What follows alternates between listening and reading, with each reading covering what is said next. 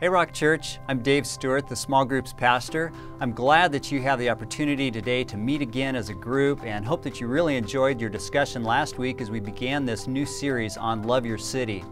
Well, today, Pastor Miles brings in the idea that we each have to take responsibility for our faith. Not only for our faith, but also to take responsibility for the ministry that God is calling us to be a part of. Now, last week, you began that discussion by asking the question, what should we be doing as a small group to love our city?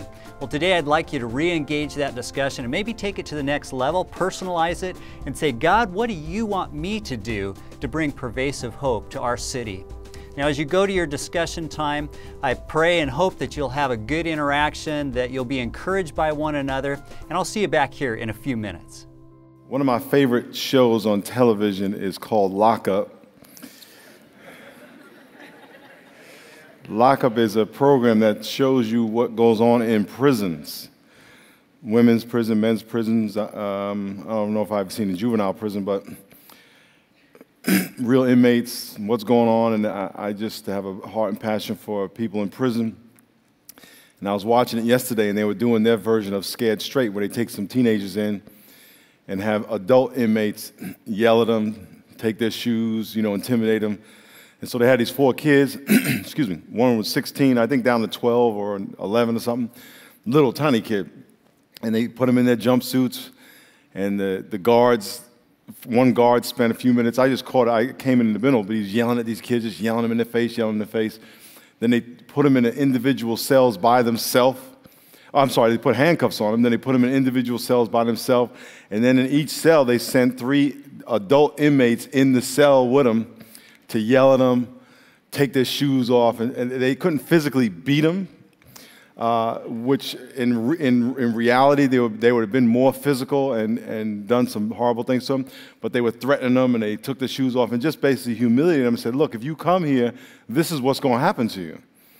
And then they took them out, and they took them throughout the prison, and the guys were yelling, yeah, new meat, just, it was horrifying. And then they took them into a cell block where guys were actually in their actual cells, yelling and banging on the doors, bring him in here, new meat, I want to have that, he's cute and all this stuff.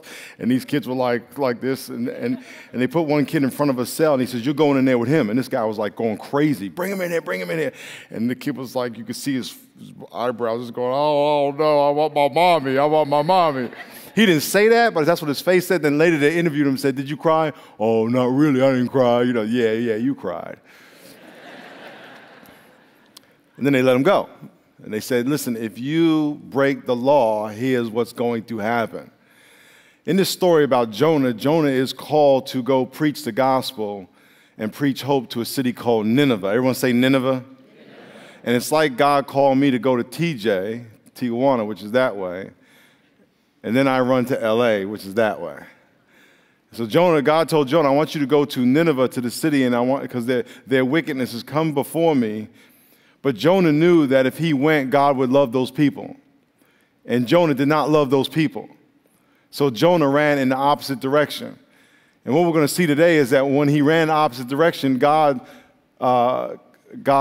opposed him. He had conflict. Last week we saw that Jonah was called to love his city. Now we're going to see the conflict of running from loving your city. We're starting this series, a 3-year campaign called Pervasive Hope Campaign. And we want to love our city. Matter of fact, you're going to get a brochure like this. You might have already got it. And I want to encourage you to look through the brochure and learn about how we want to love our city and how God has called us to love our city through multi-campuses, through online church, through relieving debt. But I want you to be praying about that because God has called us to love our city all the time. That's why we did all those hours last year, and we'll do more hours this year. But what we don't want to do is say that's someone else's responsibility. Or the church is so big, I don't need to do something. That we all feel an individual responsibility to do whatever God has called you to do. And so in this story, this one guy named Jonah, God called him and said, Jonah, this is what I want you to do. And Jonah says, I don't want to do it. And he had conflict. So we're going to see how God is going to oppose you and how God will oppose you when you don't do what he wants you to do.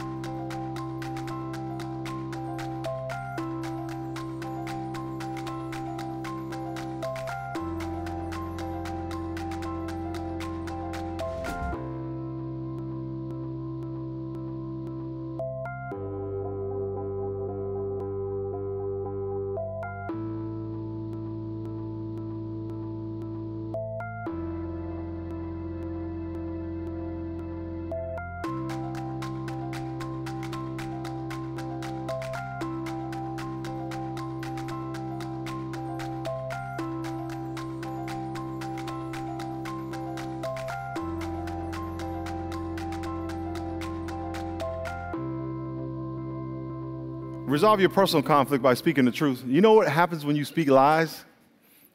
Ooh. Some people can lie really good. Okay, but if you're a professional interrogator, you can tell when people lie that something happens with their eyes, they start swallowing, they start fidgeting, move around the seat, blah, blah, blah, because something inconsistent happens within. Something inconsistent happens within. When your words and your heart and your actions all line up, there's peace. And some of y'all will say, oh yeah, I'm a Christian. Oh yeah, I believe in God. Oh yeah, I do this. And then your life is inconsistent with what you say. And if you could identify one area in your life where your words and your actions don't line up, and just line that up. Just one. Just think about this. Do you trust God? Yes. Okay, is there an area in your life where you are not trusting God? Deal with that. Man. You know what God will do? He'll just give you a big hug. He'll give you a big hug.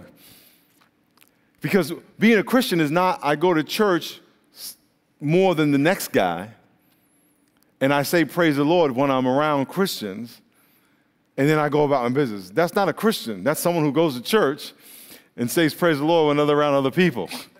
A Christian is saying, Lord, I am going to trust you every day.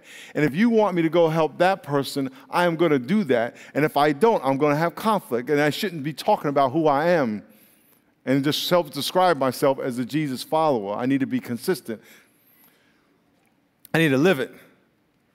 And so what Jonah says, I am a Hebrew and I fear the Lord. By the way, fear the Lord doesn't mean you're scared of him. Fear the Lord means you respect him and you will do what he says.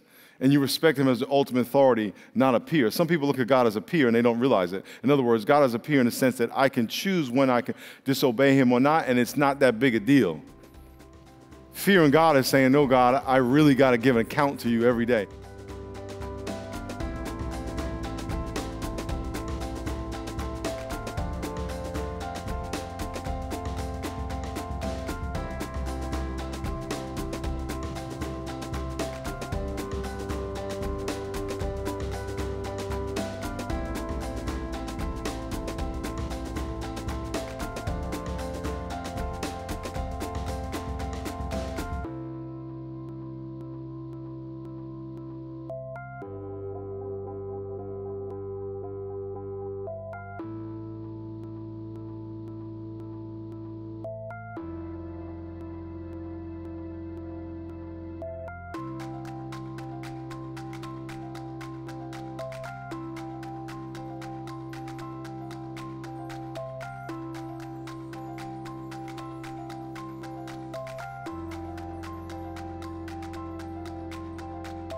Welcome back. I hope you guys had a great time of discussion and encouraging each other. My hope is that by being a part of a small group that you would grow closer to God and get to know him a little bit better and some other folks that follow God and love him. And let me encourage you this week to take some more time to talk to God and ask him, how would you want me to love our city? And then each day, look for people around you that maybe those opportunities, those God moments, where you could show God's love to somebody in a practical way. Have a great week, and we'll see you here next week.